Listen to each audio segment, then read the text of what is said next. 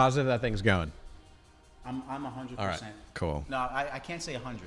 I think I see a little red light. You might be right. I think The so. clock is going. So if the clock is going, I'm probably good. Cool. Do your intro. You're so good at this. Good afternoon, ladies and gents. This is Happy Casey Wednesday. Kasem. This is Casey Kasem. Wow, that was actually really good. Welcome to the Just Us podcast with Mike and Rich. This is Mike. I am Rich. We are two pals in the wedding industry who happen to work together. And we are here to bridge the gap between you, the potential married couples, potential event holders, potential other vendors that we might be working with that evening, and us, the actual suppliers of entertainment and all things events and love and things like this. So this is our third episode. We are having a great time with this so far.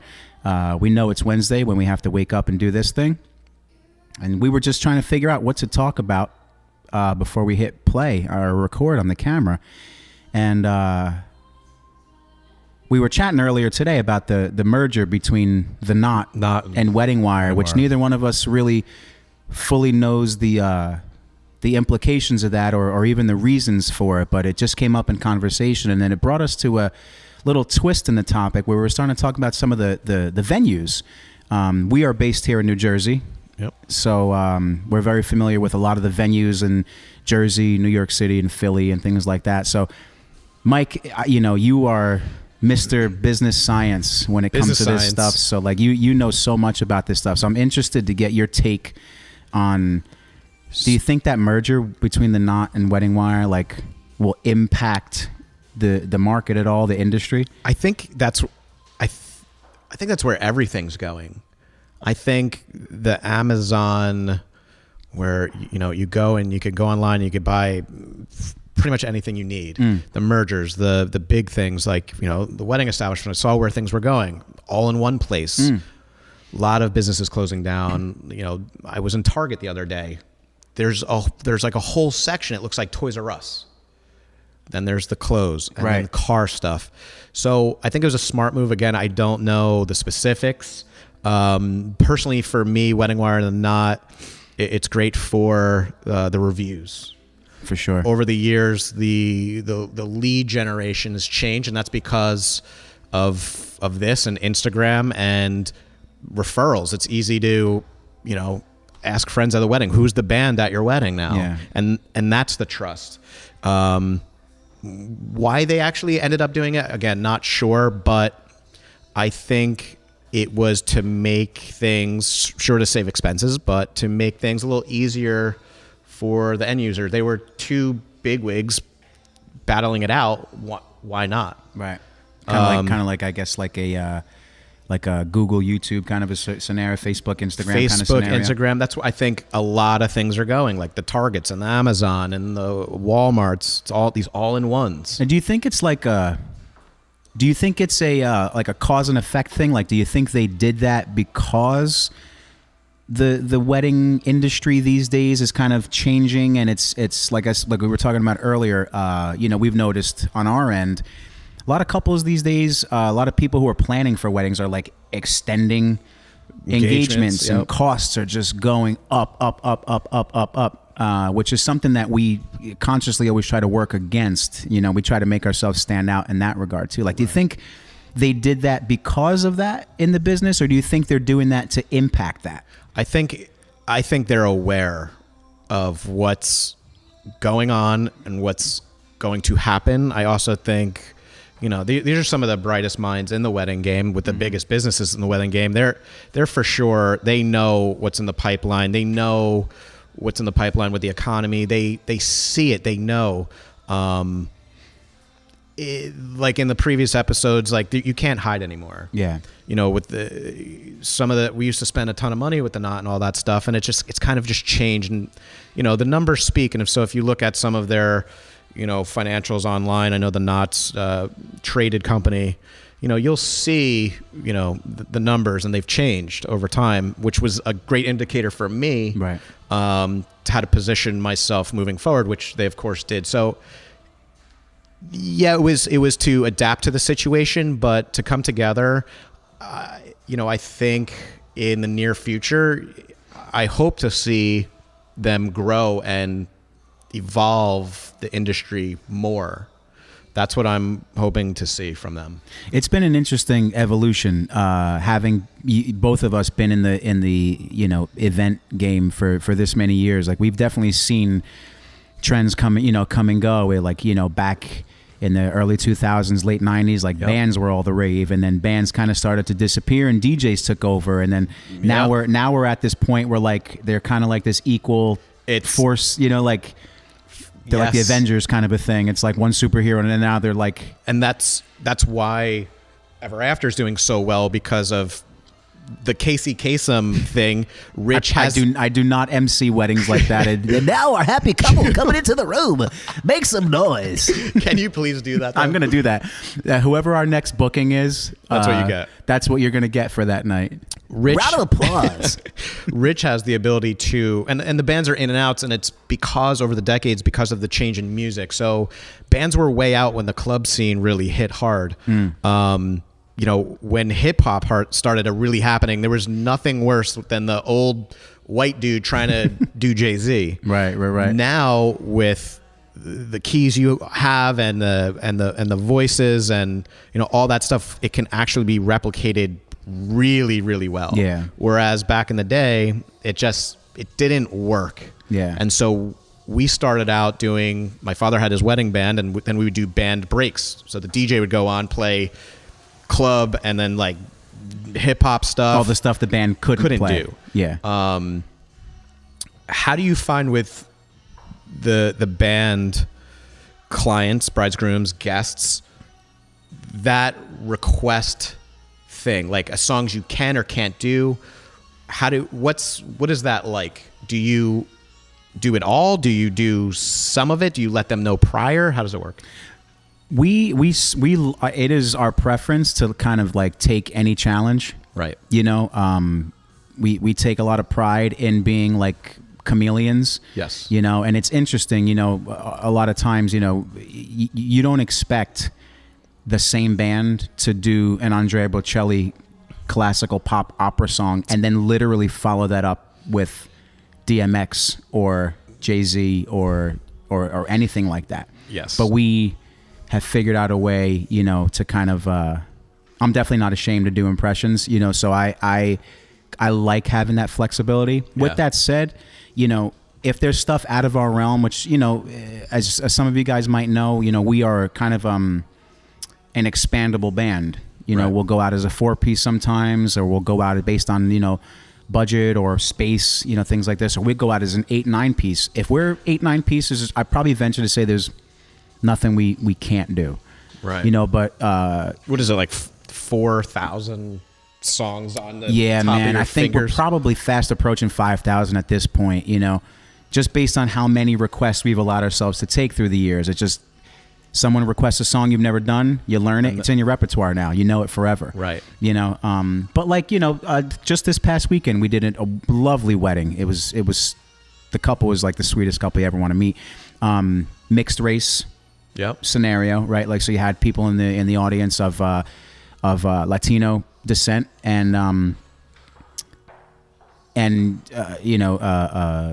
groom was white, and so they didn't want to overwhelm the night with Latin music, but a lot of requests were for Mark Anthony, like real deep, good, like traditional kind of salsa merengue stuff. And I just openly said, we had a discussion during the planning phase. I said, look, you've got the 4-piece tonight. Yep. We can play it for you.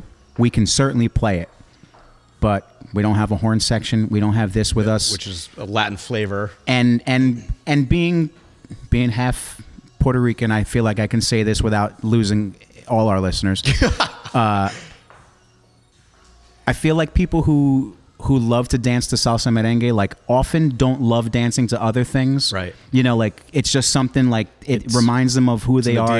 It's like this, this amazing sense of pride. If they're sitting down and you play Suavemente, like, boom, they people get up. Freak out. So I said to her, I said, we can most certainly play those songs for you. I know them through and through. Yep. But I know those people want to hear the song replicated the way it Right. should be Like a replicated. 14-piece with the Latin horn orchestra, section. and if we had our horn section, if that was who we were coming in with, Right. it would be no problem. But Right. you have the 4-piece tonight. Right. So we're willing to definitely accept limitations within Right. reason. And much to my delight, she was like, "Oh my God, Yeah. I didn't even think of that." Yeah. You're so right. Yeah, totally. Like, so, we, for a short, 15, 20 minute set, we just kind of DJ'd her Mark Anthony favorites and things like that. But with that said, man, we play everything, as you know. I mean, but there is some stuff. If it's like super duper guitar shredding heavy and they've got the 4-piece without a guitar Yeah. player on it, we'll Right. either figure out a way to get around that, or we're happy to play the original recording And for the them. reason, I mean, when we kind of put together the structure, the pricing, and the model, 4-piece is so affordable. Yeah. And you guys still have such a large repertoire. Yeah. It works for not much more than a good DJ. You get like a ridiculous band. Yeah. But yeah, I was curious to see how you guys play it, and this weekend was literally a perfect example. Yeah, it was. And again, like I said, I mean, I also, we were talking the other day, and we've been really blessed, I think, and I think a lot of it has to do with the fact that we've built relationships with people leading Right. up to their wedding. And I was going to say, we were just, her reaction to that sentiment, Yeah. there's always a little piece of me that worries, I might be letting her down by saying this, Yeah. my fear, my irrational fear, she's going to be like, well, I hired a band. You said you can play everything. Why aren't you playing my Mark Right. Anthony song? Right. Maybe not understanding the musical mechanic behind that, but she was totally she literally said, that's why you guys are the pros, because I didn't even think of that. So Exactly. it was really not a shock, but it was a delight to hear that response. Where was the place? We were out in Brooklyn. In Brooklyn. Yeah. We do stuff all over the tri-state. We've been flown to Caribbean destination weddings. We should do an episode on destination weddings and stuff like that. That would be 'cause fun to talk about. Yeah. That's fun too. And music programming to get in really to that. But Not to cut you off, but you just made me think of another thing. good, because I forgot what I was going to say. So again, and I don't want all the, I don't ever want to just keep talking about myself and the band and things right. that we do, but to the idea of playing stuff that we're limited to, Right. we do have a lot of musical pride. So because we know what the client needs, Yep. I know you're asking for Mark Anthony because you want Yes. that sound, that vibe, right? And yeah. if we can do that sound for you, we'll do it. One thing we won't do though is play to tracks, because it could have No. been so simple to go on iTunes for $1.99 and buy a karaoke track And play over it. of, But I've seen bands, if you miss a beat, and your band, if you're looking for a band, make sure they don't play to tracks. Because if the drummer's off, it's a train wreck. He has to get back on beat with the track. And so now you have this whole mix mosh of... and it's, in addition to that too, one reason I don't like doing that stuff is you're rigid. Your flexibility's gone. No, you can't play with it. You can't play with it. There's certain songs that if there's 300 people out there jumping around, Right. You might want to do that crowd participation Yeah. part twice. Yeah. Or you might want to do a drop down and have the crowd You take want to do over. a Springsteen encore For sure, 40 man. minutes. But you can't. If the chorus is just killing, you might want to play it twice. Or to the flip side of that, and I've mentioned this on social media in the past, a good band knows the parts of a song that really work, Yeah. and the parts of a song that do not work. Right. There are certain breakdowns in songs that they're killers. They murder Yep. the people who leave the dance floor. So we can leave that out. You have Right. tracks, Track. you're stuck. Can't You have do to it. you have to do the entire length of the song. And my least favorite part of tracks, you have to stop when the song's done. And You're then- stopping and- between every song, And then, which we I don't know do. the clients we meet, we tell them, from the DJ world, we say, no, we don't stop after each song. Sometimes we're 2 minutes in, 2 minutes out. It's continuous. There's no breaks. We don't do the thing people fear, all right, and the next song's going to be. Oh my dudes, can I tell you a quick story about that? So I don't want to throw anybody under the bus here, but I was at a wedding as a guest, which is rare for me. And the DJ there was older gentleman, you know, like he if like picture a dated DJ, an outdated DJ. Yeah. That was him. Whoever you're picturing, that was him. Yep. And Oh God. oh man, I'm so sorry if you're listening to this. John. It's just so funny. A good friend of mine, I was at his wedding. Between every song, and I think it was just because he wasn't a skilled DJ, Right, and I don't right. think he had the capabilities to beat map and Right. you know, do all this kind of stuff. Between every song, Yep. if he went from, you know, Run Around Just- Sue to whatever, and I'll never forget this one moment. I was out on the dance floor, and obviously we were good friends, or a group of the good friends were there, so we're all busting each other all night. You know, we're Yeah. having drinks, and the DJ, he goes, you know, I forget which song he was playing, and he goes, and now we're gonna play. What was the song's name? I forget the name of this. Oh, he goes, and now here's "Low" by Florida. Oh no. Florida. Florida. Not Flow Rida. Florida. So like he was announcing every single song before you heard Yeah. it. Yeah, You know? that was the bride's uncle. 100%. sure. Had to be. Had to be. But this is you. I mean, in the industry, you know, you get in anything in life, you get what you pay for. He probably was $500. yeah. But is that the wedding you want? And so at the end of the day, there's literally the wedding. And I say it all the time. The wedding industry looks huge, but there's a handful of top-notch companies that have been around a long time that get it. We're not in and out.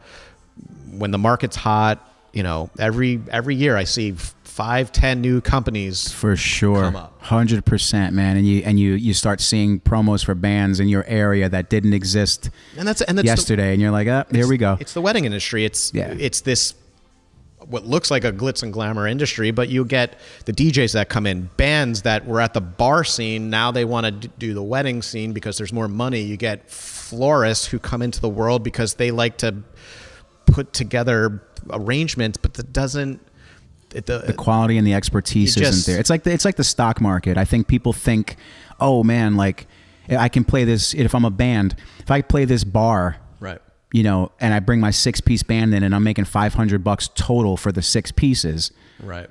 Why don't I just do what I do at that bar and do weddings for, you know, 4 times the amount of that? Exactly. Wow, no brainer. We can all make X amount of dollars a night, but they're bringing in a $500 product. Literally. Something that they have gotten by making $500, and that's not to say that good bands don't play bars, because they certainly do. We Right. do. We do it for fun mostly. It's not really for the money. Actually, we don't do any of it for the money. To be honest with you, it's all genuine. free ever after bands free. And you know, it's funny.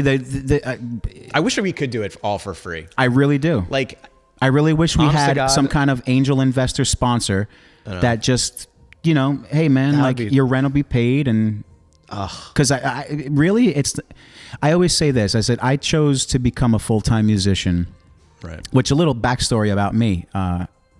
Years and years ago, for years, I worked a pretty good government day job. You know, I was even a stock trader for a while. Did a lot of stuff. You were? Yeah. Yeah. And I'm like, what am I doing, man? Right. Like one day I was stuck on the parkway, 7:00 in the morning, just one more 2-hour drive to work in that traffic. And I was like, today will be the day that I put my 2 weeks notice in, because performing means too much to me to live for the weekend. If you're an entertainer and you're living for the weekend, don't expect to do anything that's going to change the world. No. Weekend's not enough time. No way. You need to be doing your stuff 7 days a week. Literally. You know, we were having a couple conversations over the course of us knowing each other. We always talk about that, you know. So oftentimes in this industry, if you're paying higher than maybe you think you should be paying, Right. I would recommend go take a look and see what everyone's charging. Right. Figure out whether or not the average cost matches the quality of what that Right. vendor's bringing to the table. What do they say? You get 1 out of the 3 good. No, you get 2 out of the 3 good, cheap and fast. That's it. Like That's it. the goal is to give them all three, and I hate the word cheap, more of affordable. Affordable, I guess. And affordable's relative, which we always try to. It's like the number one thing that, I know you guys shopping and looking, and price is the number one thing that comes up instantly. So how do we offer incredible quality at like a price that works? And that's like the name of the game in the wedding industry. And sometimes I get crap for it in the industry. So other DJ companies like, driving the market down. No, I'm studying the clients and asking where they would like to be with price, before I come out with a pricing structure. And you know why? I think the difference is, I think you get, you have that little Venn diagram of the three circles, cheap, fast, and good, or great, whatever. Only two can cross. Yeah. Where I think we've figured out a way to bring the cheap circle a little closer to the other three. Exactly. And that's because we have this like invisible circle right in the middle, which is caring. For real. So in my opinion, yeah, we can sell a large band for under $6,000. Yep. And then you'll have a larger establishment or organization that's been around for 100 years, and they kind of have the heavy thumb on the scale, and they might look at you and go, "What are you doing, man?" Or they might think, "Oh yeah, well they're charging that because they're not good." No, it's just take a look at the product, like follow the money chain. That's Literally. advice I always go by. Is what do you recommend, like for any wedding business? Because we talked about Wedding Wire and the Knot, and how it's not the go-to way anymore to find the vendors themselves. As it still is there, but not as heavy as it once was. Where do you get the clients from? Where can you tell them to go? What is your, is it Insta always? Is it the venues that are pushing certain bands, DJs, florists, planners, photographers, videographers? Where's the here's one of the points about venues that kind of, what's the phrase, sticks in my craw or whatever. I don't know. I'm not 112 years old, but I wish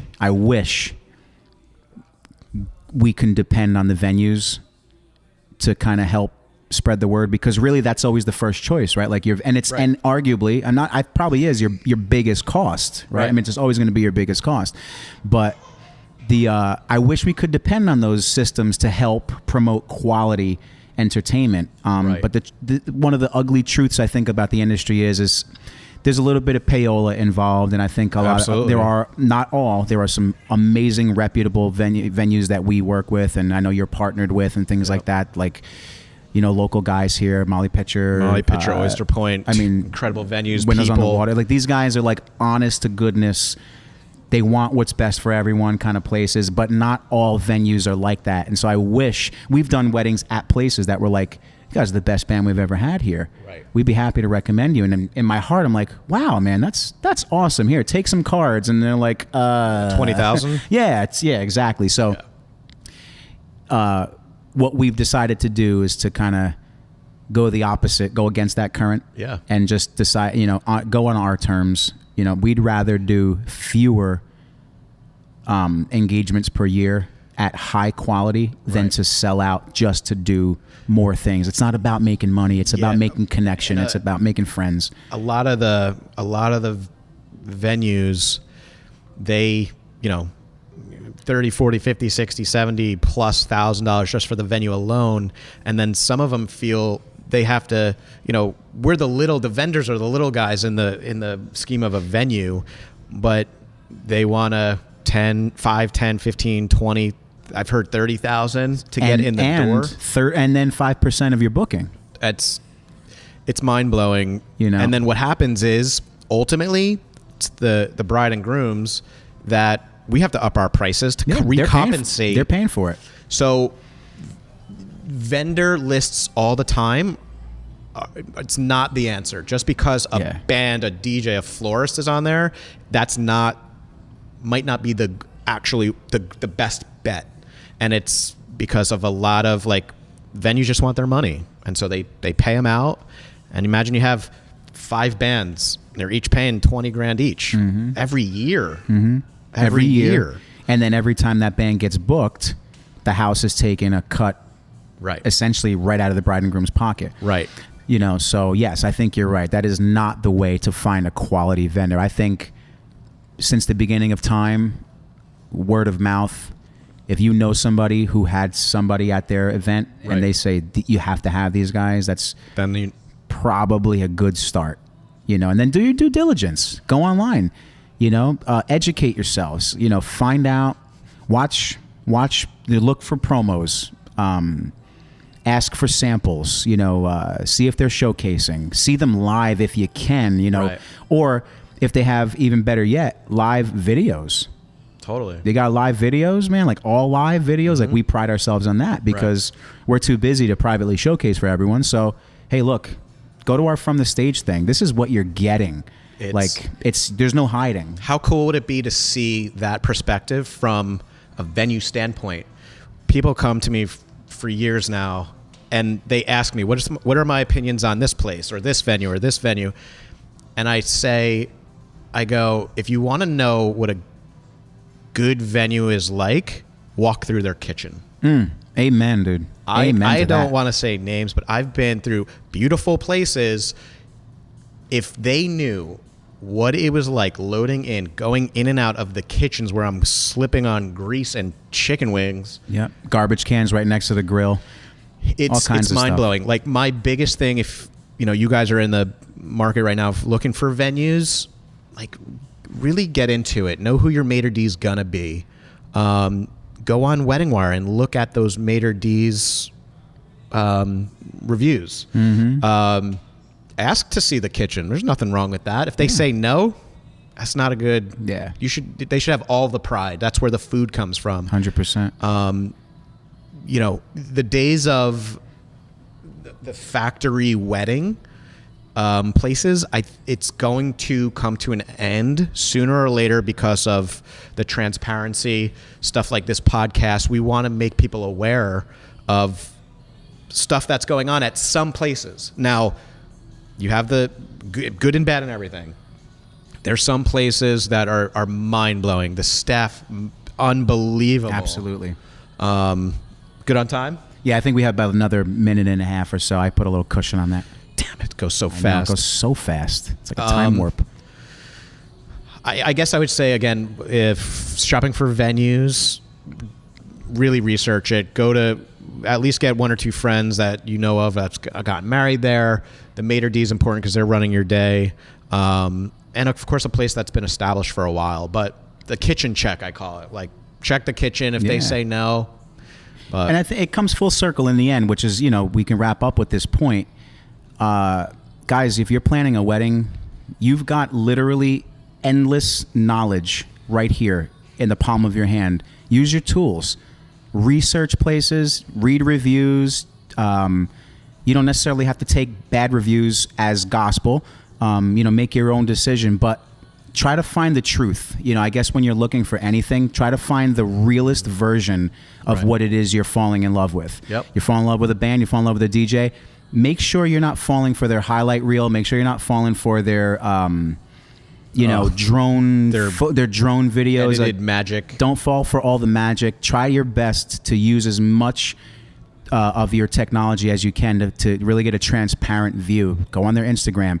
See how well the staff gets along. See if the band gets along. See if, look for smiles. Look for things like that. Like just Yeah. find the truth. And I think it'll be a pretty easy way to get things going. You have a feeling. You always get a good feeling, right? So on that note about good feelings, I am very upset that this time went so fast, man.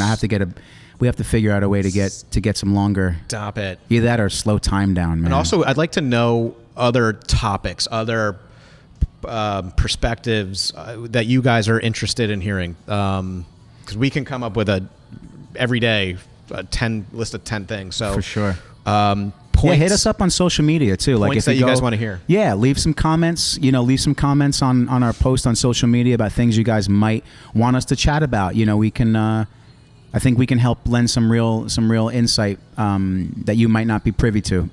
So anyway, with that in mind, Thanks for listening to the Just Us podcast. Thank you, sir. This is Mike. I'm Rich. We'll see you guys next Wednesday. Peace Casey out. Kasem.